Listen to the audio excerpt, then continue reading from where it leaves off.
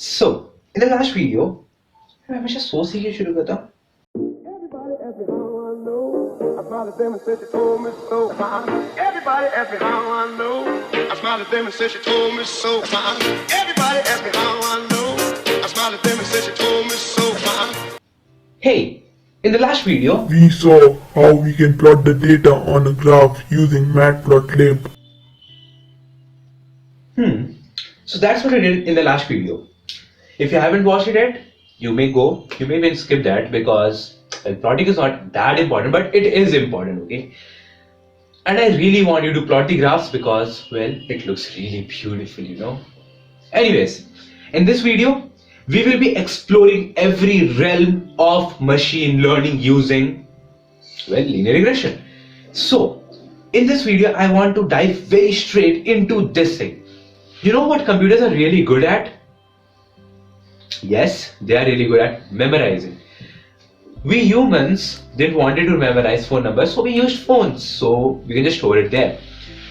Nowadays, there are technologies which claim to even record the human brain. I don't know about them. I mean, I do like to research about them, but anyways, that is not our concern right now. What we want to do in this video straight away is programming it in a way. We want to program it, and first of all, we don't want the computer to memorize the data, right? Now, how can I make sure? Okay, let's say I was a computer. Yes, I'm a human. Okay, so let's say I was a computer, and I was just remembering whether I'm a human or robot because I am tired of clicking those.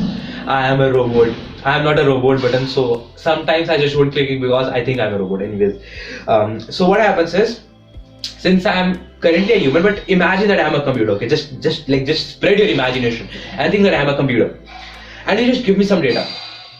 Secretly, I can take that data and store it.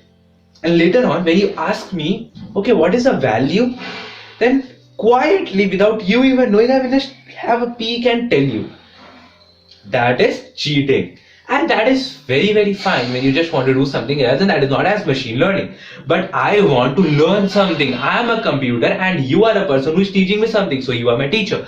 So you want to keep some questions that you will give me in the class for training, for making me fit, for making me understand what the hell am I. How can I just spread my imagination? How can I just have learning? How can I learn something? How can I have intelligence, right?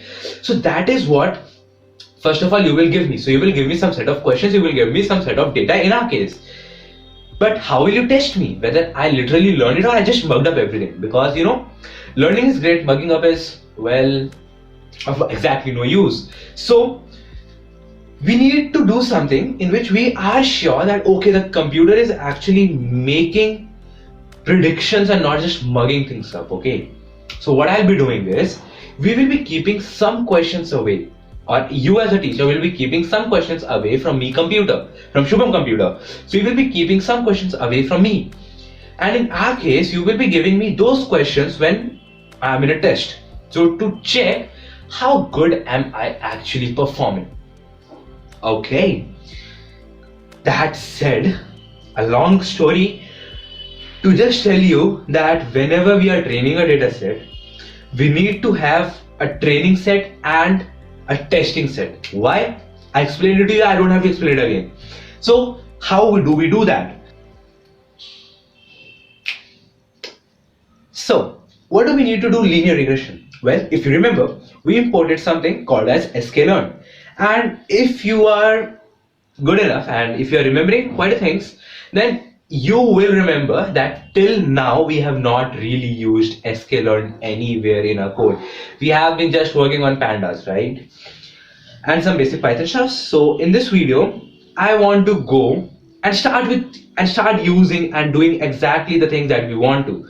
Okay, so here I am, and okay, so here's the code. So as you can see, we just imported Sklearn, but we didn't use it anywhere. So let's just go down. Yep. So what do you need? Well, in Sklearn, we have something. Okay, there is this function in Sklearn called as model selection that helps you to select a model. And since not only me, like just now I explained you why do we need to import and to distinguish our training from the test data sets, everybody uses that. So here they have done something, and we are on Sklearn, and inside this there's this one thing that we call as model selection. Okay, so you need to go with model selection. Okay, so it's sklearn dot model selection. Now after you are excuse me, so after that, after you have imported your model selection, what do you need next? Well, after model selection, there is one more function inside model selection that is called as, well, train test split. Now why train test split? Because it splits the data into the testing and the training set. So it is train test split. Now what happens in this? And this is a function, so we'll do this. Okay, but probably model selection is a class and Sklearn is a library. Okay, so that's wrong there. Sklearn, from the Sklearn library, you are importing the model selection class inside which we are running this one specific function called as train test split. Okay, now this train test split takes some parameters, and obviously that is your data. So it will be your x, and in my case let's just go with y sugar. And next you need to define how big do you want your dataset should be, or like what should be the thing that you want. So in my case I will be having a test split, or like the test size. So that is test size, and I want to define the test size as some number. Now that test size is between 0 and 1. So it's like 0 will be nothing is in my test, and 1 will be everything is in my test. So in my case I want 10% of my data to be in my test. So I will be having 0.1.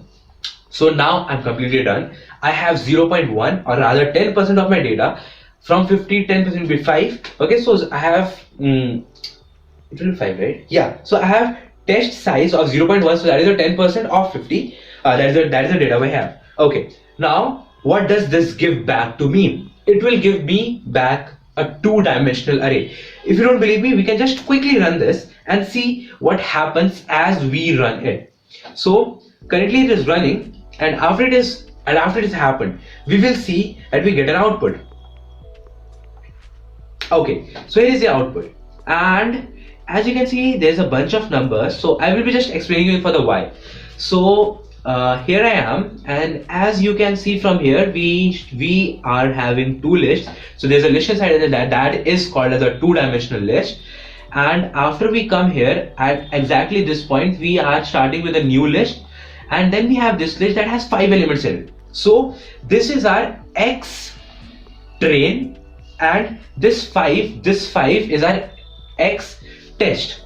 Going on with our y train and y test. So if you want to store them in variables, because well they are just lying around and you can't really use them, so you need to have x train and but first of all you need x training, and then you need what? You need your y training, right? No, it is first of all x train. So it's like this is my x training data, and then my y training data. No, it is my y. This is my x testing data. I'm really sorry. It is my x testing data. I just got a little confused. Anyway, so I have my x training and my x test. What do I need next? I need my y train and my y test. I'm sorry for the pause. Anyway, moving on. I'm right here. Okay, so now we have our data that we get from Sklearn model selection divided into x train, x test, y train and y test, and we even saw why does that work.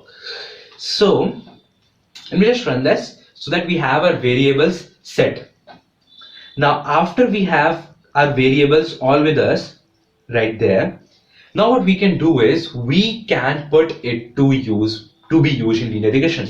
Now for that we need a model. Now what will be a model? We need a model that Sklearn has. Now this is a model that Sklearn has already programmed. It has already optimized and does all sorts of crazy things with it. we will be diving into what the model is and how does this model actually work, and we will be building our own model from scratch, as I said. In Sklearn, we have a class called as linear model. So it will be sklearn dot linear model, and after we have imported the linear model, then we have many different things, one of which is linear regression. Now we will be going into everything that there is. So as you can see, linear regression just popped up, and yeah, like for now let me just show you what all things are available with us. So here is the linear.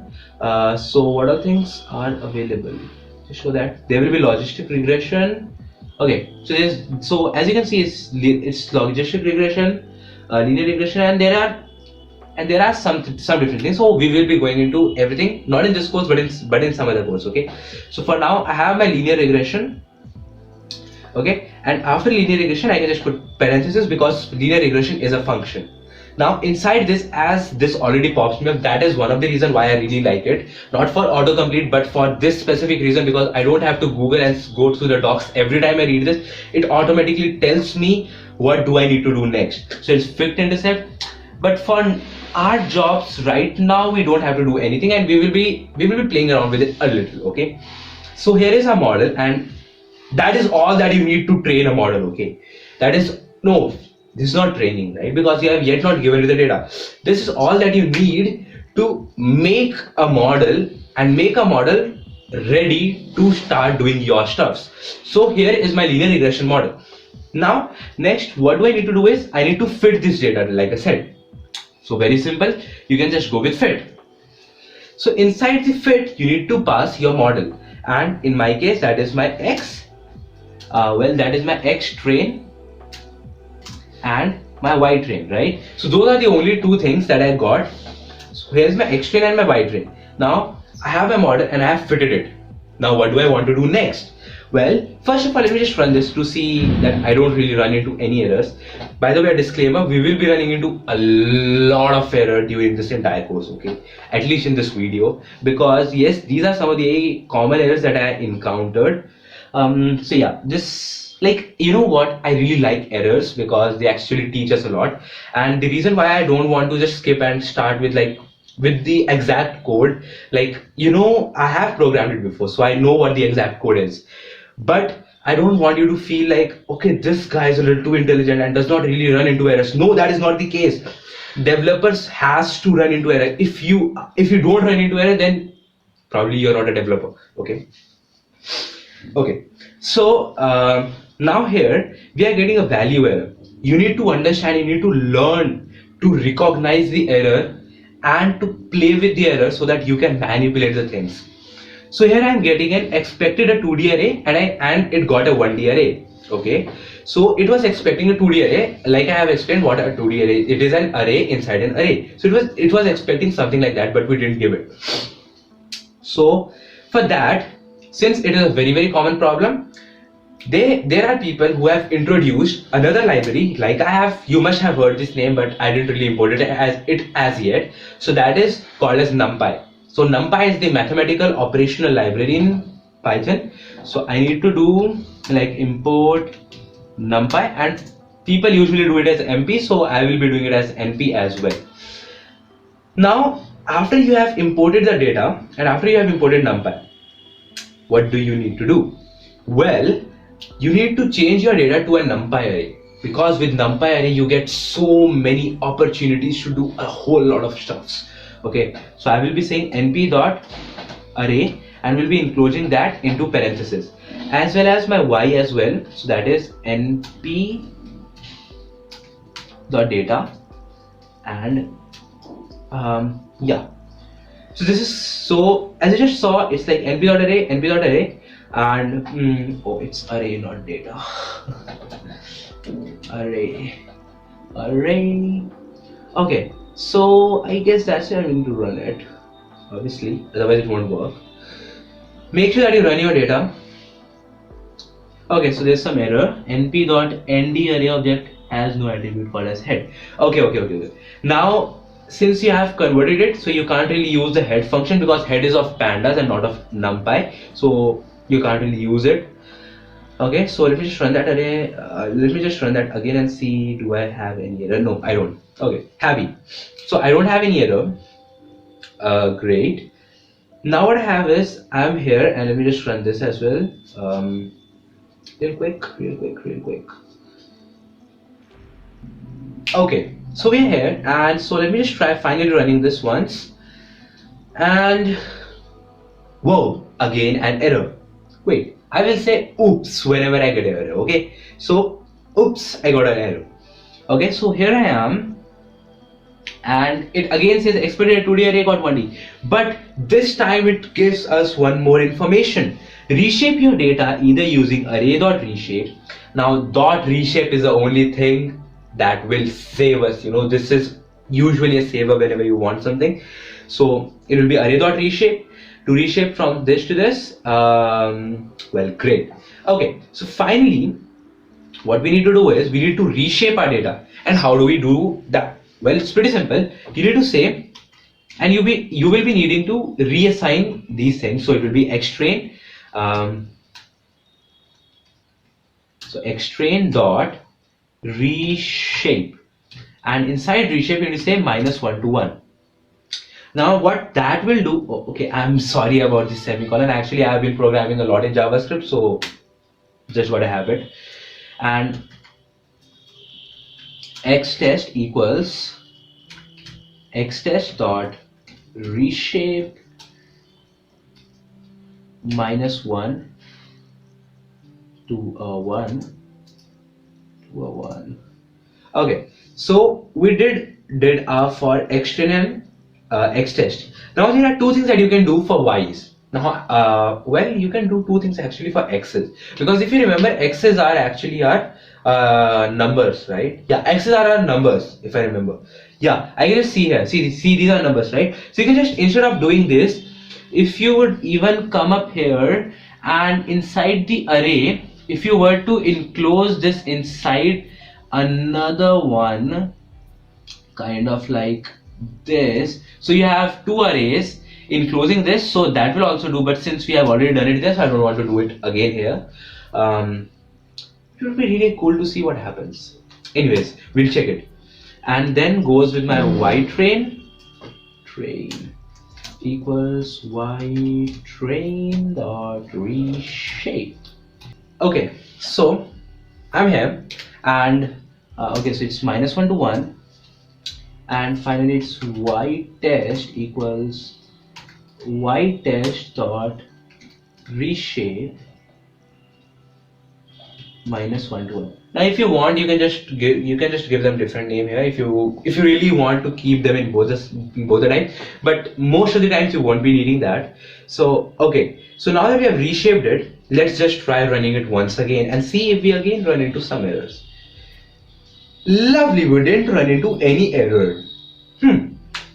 Now we have a model, and our model is tested, or rather our model is fitted. Now how do we test it? Great question. How do we test it? Well, there are a bunch of things that we can do to test our models. First one, and the best one that you will see in most of the videos out there, because yes, even I do see the videos, well, even I learned from somewhere, right? So and those of like that was one of the sources from where I learned. Okay, so as you can see, this is a linear regression. It's x copy true, fit intercept true, n jobs none, and normalize false. We will be seeing everything when we'll be coding everything from the scratch, so we will be encountering everything right there. So I don't find it to be like explaining the things twice. For now, I just want to keep it simple, and this will be for the people who are like business people and they just want to use linear regression and don't want to get into the technical terms, even though I have taken it to you a lot deeper. Anyways, automatic document saving as a pending of 4 minutes.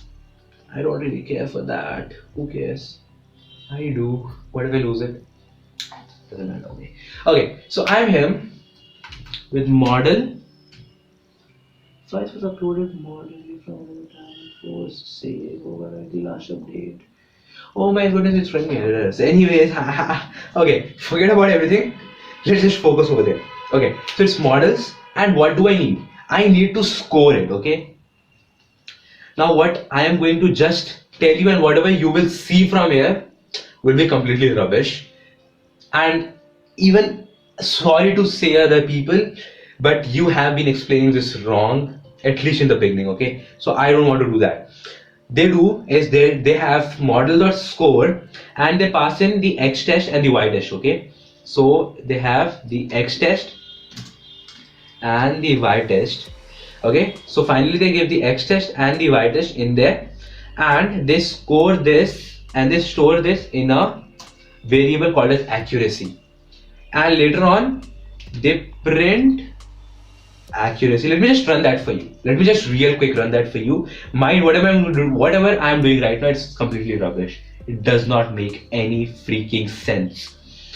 It says minus 0.123 blah blah blah. Now why it is rubbish? First of all, if you just want to use your common sense, okay? If you just want to use your common sense, let me just tell you, it is rubbish because of the fact accuracy can never be negative, okay? Accuracy can never be negative. Let me just tell you what this exactly is. This is something that we call as R squared. What is R squared? When you have a line, if you remember, like whenever I was telling you, it is a square of the distance from a point to the line, and we have to minimize it. Okay, we have to minimize it, and that is what R squared is. So, well, I don't want to erase this, but for you guys on YouTube, I have to explain it to you. Well, I think I can just get rid of this and explain it to you, right? Okay, Mickey will be there. Sorry, there will be some space because I literally don't want to be some. Okay, so we went here, exactly here, and let's say this was our data plot, something like this, okay? And the line goes something like this. Now let's say this is our data set. Now what happens in this data set is R squared means the distance, it is a square of the distance between this point and this line. Okay, so let's say this point and this line, this is R, and let's say like this is R1, okay, and so will be like this will be R2, and so on and so forth. So it is actually summation of from, well, okay, I'm going a little complicated, I'm going to maths, okay, I will be explaining you everything, okay, don't worry. It is from I equals 0 to I equals n, so that is for the number of points, n denotes the number of points that I have, and it is Ri, so that is summation Ri squared, okay, and we have to minimize this. So what is it? It is nothing but the distance. It is a sum of the distances. Well, I don't think it's this. It is I'm sorry, it is this, okay? So it is R squared, so it is sum of the square of everything, okay? It's like this, because if we were to do the previous one, it will be 0, so we have to make it 0. In this case, it will be some number that we can just see here. In my case, that is minus something, okay? So what happens is, when I have this, you will say, how can the sum of all the positive numbers be negative? Okay, I'll come to that. Okay, well, this is here. Okay, well, this is here, and if this is my point and this is the distance R, let's say this is R3, so the distance is square, that is R squared. That is R squared. So this is R squared, and that is not accuracy. Don't just mistake it with accuracy.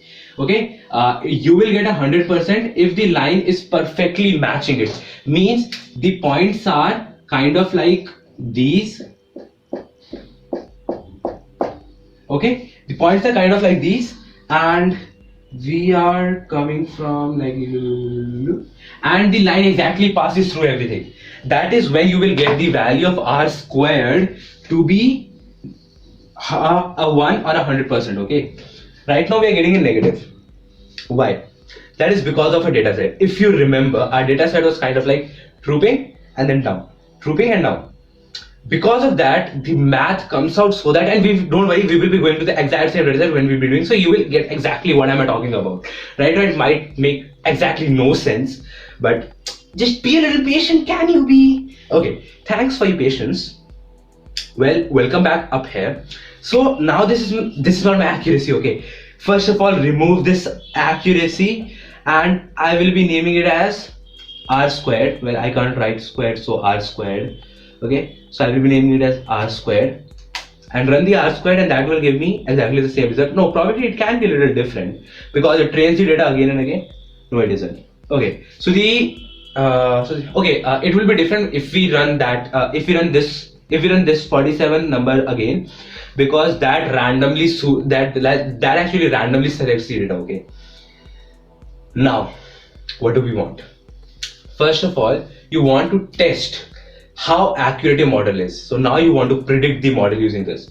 Don't worry about the R² right now. We will be going to do that. Okay. So right now you want to predict the model and you want to see what will be the time when I'm at that. Okay. So let's say I want to first of all predict whenever how long will I take at, let's say, the 50th run.